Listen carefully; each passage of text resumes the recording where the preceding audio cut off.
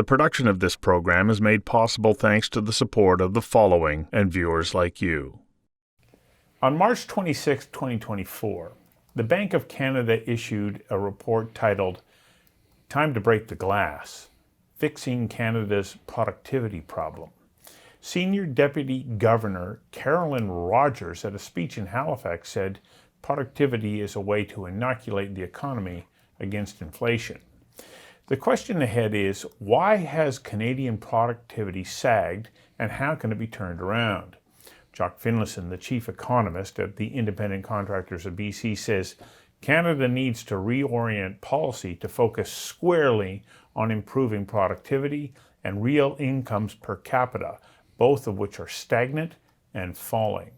I invited Jock Finlayson to join me for a conversation that matters about Canada's productivity crisis and why it matters. Jock, that is the question.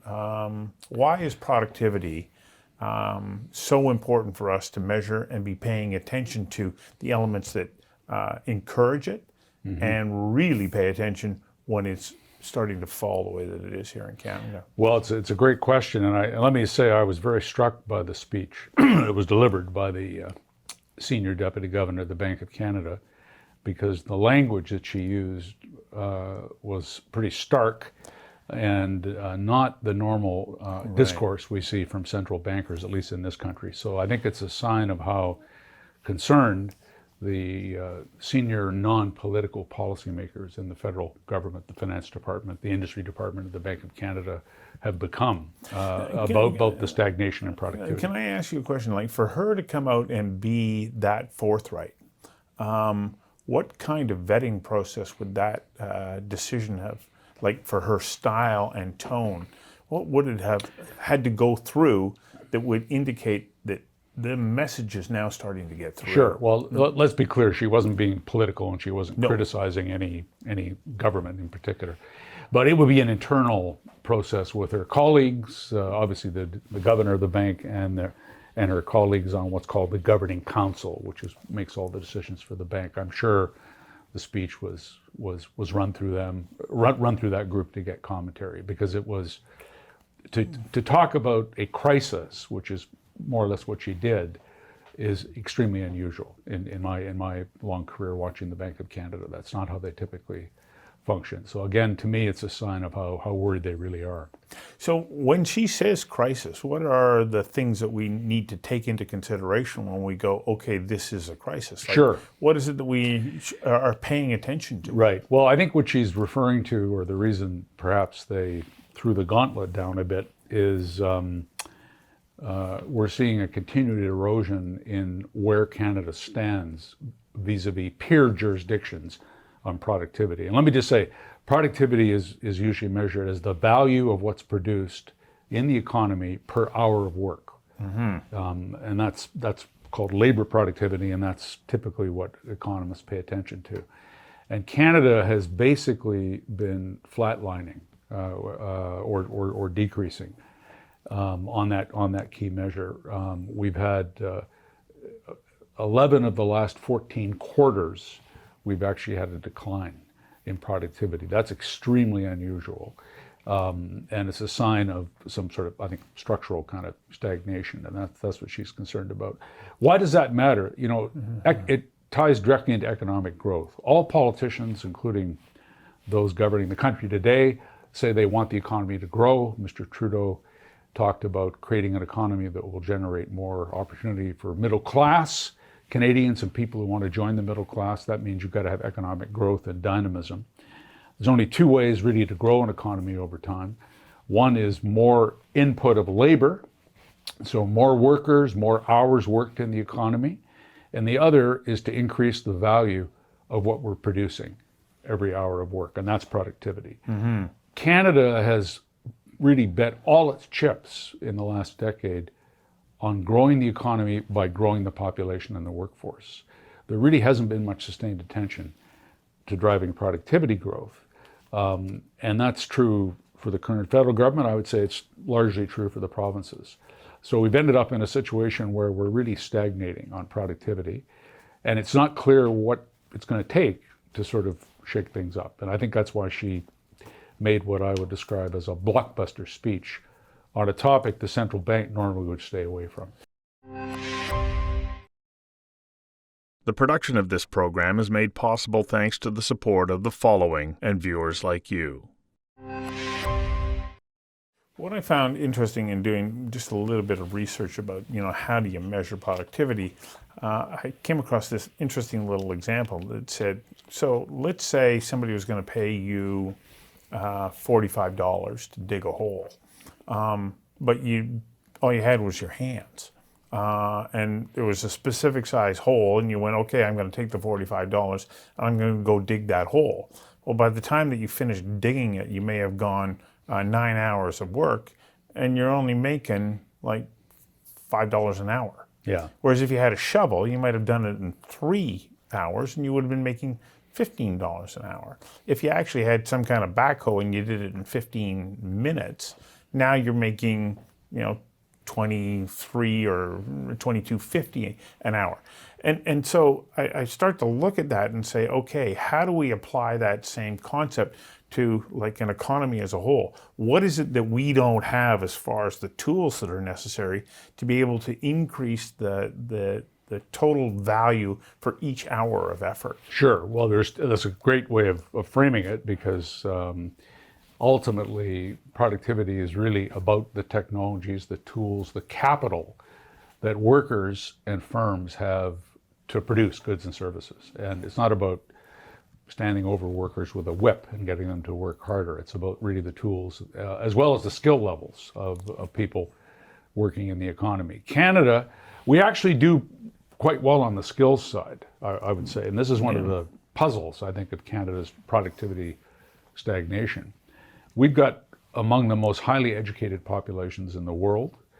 Until recently, we had an immigration system that was geared to bringing in permanent newcomers that scored quite highly on the points-based system that the Government of Canada uses to select economic immigrants, and that worked reasonably well over time.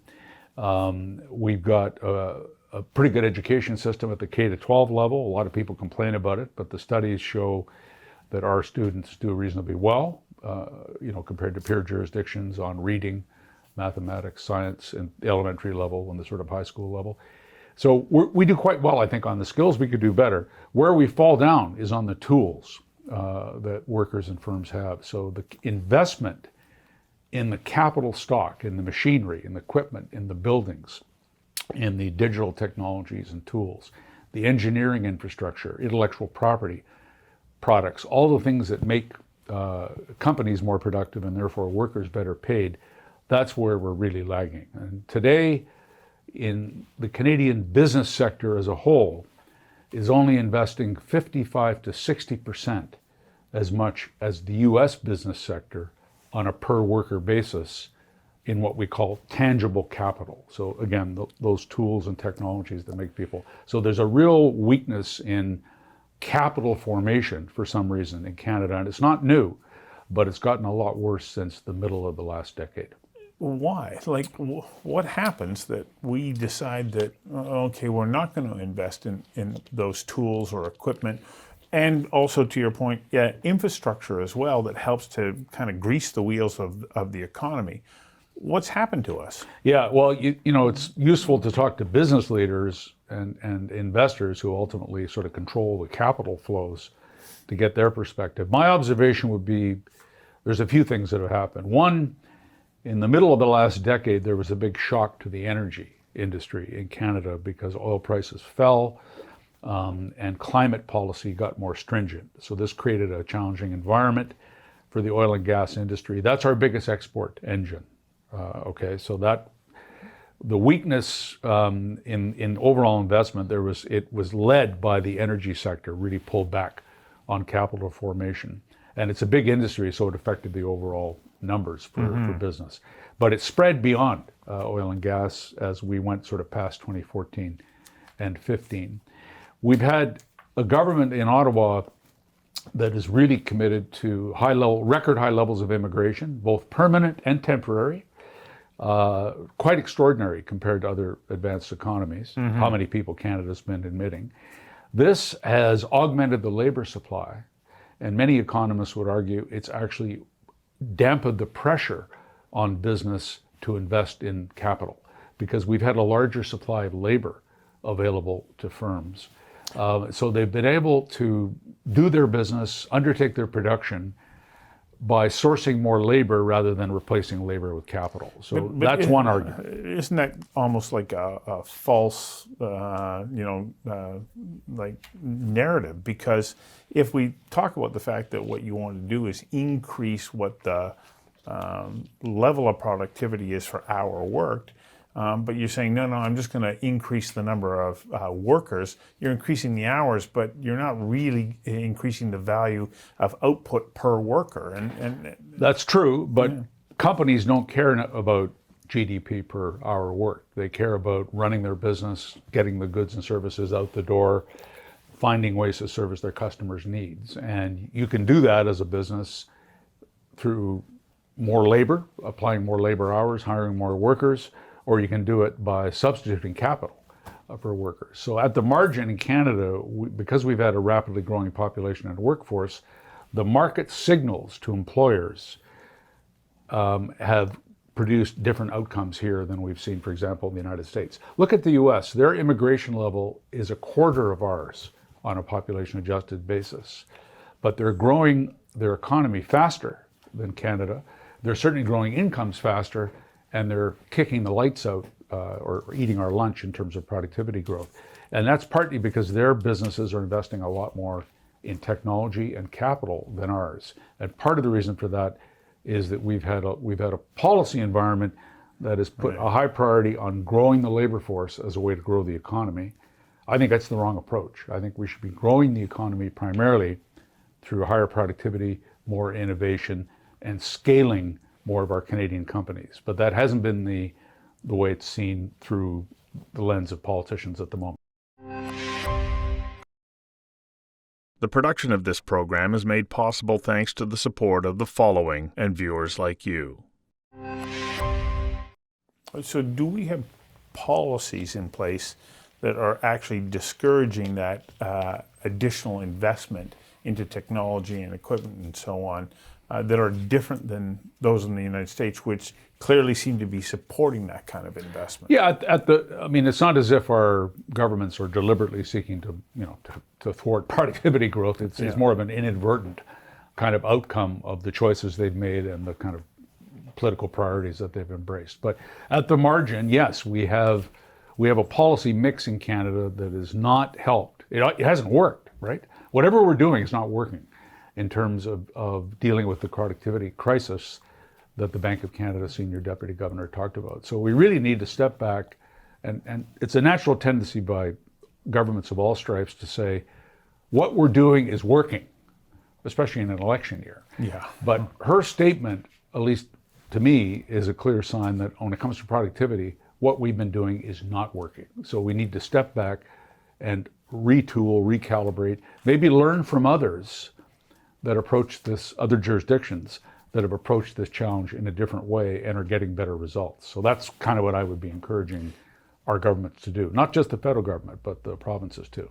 So when we say, well, what we're doing is actually a very complex set of interplays, dynamic interactions between policies, people, taxation, and so on. How do we start to pick it apart to say, oh, well, here's something that's sort of like gumming up the gears so that it's not working as well as it could? How do we go deconstructing what we're doing right now to find a way to tweak it so that we can then start to see productivity increases? Yeah. Well, it's a great question because it is very complex, I think. I mean, economists have all kinds of different ideas on how to get at it. Our governments have done lots of things that they believe are helpful in getting investment and productivity growth, but empirically it's not delivering the results. So I think what I would step back and say, what do we most need to do if we want to be more productive? Increase GDP per hour worked. And not every politician will sign on to that, by the way, as an overarching objective. So don't forget that. There are some that I think believe economic growth is actually undesirable because it fouls the environment or the fruits of economic growth are not distributed evenly enough across the population, so it just fosters more inequality. So we shouldn't assume that that every elected official is gung-ho on economic growth. I would just caution. But I do think most of them care about it, including the ones in power today. And I guess what I would be encouraging them to do is step back and first acknowledge that what we're doing isn't working. And we're not there yet, by the way. I haven't heard too many elected officials. Well, no, the warning bell just got rung. And we'll see. Election years don't help in that regard. But the second thing I would say, what's our greatest deficiency in Canada? Where are we really falling short compared to peer jurisdictions? And it's business investment, what we call non-residential private sector investment in the tools, technologies, equipment, and structures that allow us to trade, allow us to produce more efficiently. That's the big gap in Canada. I mentioned we're 55 to 60% of the US level. I mean, our economies are quite integrated. Yeah. Our businesses operate in a somewhat similar business environment. We have a lot of industries in common, but overall, American companies are investing a lot more capital per employee than our Canadian firms are. So I would say we need to design a public policy mix that puts investment first, not consumption. Right now, I would say we've really leaned in the direction of promoting consumption. Certainly the Trudeau government has done that. That's been their signature piece. Things like pharmacare, dental care, child care, big budget deficits, huge income transfers to individuals. Whatever you may feel about those various initiatives, they are designed to promote consumption by households, and we've done that. And that is a way to grow the economy in the short term. It doesn't work long term. But what we haven't done is create the right policy mix to really incentivize business investment in productive capital. So we need to look at other jurisdictions that are doing better. And it's not just the US, it's Denmark, France. I mean, there's a lot of countries, the Scandinavian countries, Korea, Singapore. There's a lot of countries doing better than Canada at productivity growth and at fostering business investment. So I'd be looking around at other jurisdictions to try and learn where we can so that we can do some retooling. And the other point I'd make about Canada is, if you think of our geographic reality, our geoeconomic space, as some analysts would call it, we're the sort of northern part of North America. America is the natural draw for talent, for capital, for innovation, for research, everything. We are fighting constantly a rearguard action, I think, to get our share of the goods in Canada, because the tendency for businesses, for investors, is to locate and grow in the United States because it's a bigger market, it's more dynamic. The economic returns to success are greater. It's easier to scale, and the rewards to those who succeed are unparalleled. And we just don't offer the same mix of opportunity. So we need, in my view, and this is not a popular opinion with everyone in government, my view is it's not enough to say we're sort of competitive with the United States in this area or that area. We need to find a few key areas where we can actually make ourselves more attractive than the United States for entrepreneurship, for investment, for wealth creation. We haven't done that. But by and large, we've tried to make sure that they're not too much more attractive than we are, but we don't have a mindset in recent times that says, let's make Canada the preferred place for entrepreneurial wealth creation, for innovation, for business investment. And I think we need to open our mind to that possibility if we're going to turn around this pattern of stagnation in living standards that I think is now quite widely recognized. The production of this program is made possible thanks to the support of the following and viewers like you. As you're speaking, I can't help but think, is this a Canadian mindset thing, though? Because we're talking about individual businesses. And, do Canadian business owners go, well, I'm not so certain about the future, so I think I'm going to hang on to my financial resources right now, just in case I need them 3 or 4 years from now. And therefore, no, I'm not going to buy that. I'm going to let that thing, whatever piece of equipment it is, see its way right to the end of its naturally productive life, even if it's less productive than the next piece of equipment that I invest in. Is this kind of where we're at? And I'm thinking about it in relationship, you say there was a huge shock to the oil and gas sector. And we keep hearing, Canada is less attractive as a place to do business and to invest in. So does that kind of thinking spread its way throughout the entire economy? I think, it's almost a question of the culture of the country and the culture of our business community. So maybe the appetite for risk-taking, the level of ambition, the desire to grow and expand. Maybe the US market is more supportive of those things than the Canadian market because of, maybe the cultural norms, the values, the way people are educated. It's a worthwhile hypothesis to consider. If it's embedded in the culture, then boy, is it going to be hard to change, because it's one thing to tweak tax policy or retool your economic development strategy as a government. But if the society as a whole isn't in alignment with that, and your businesses are not chomping at the bit to succeed and thrive, you're going to underperform. So I don't know. I've got an open mind on it. So that's a scary prospect from my perspective, because I want to be able to say, no, it's those people in government who aren't creating the policy that's really going to incite this. We can do something about that. But as you just pointed out, if it's embedded in the culture, it gets much more difficult for us to change that as a way in which we collectively want to invest in our own futures. Yeah, and no politicians can light a fire for business ambition. It has to come out of the entrepreneurial community. Now, I'm not saying I buy into that thesis. I think, but there are some things we could do perhaps to create a business environment that would stimulate more productive risk-taking and investment by our firms.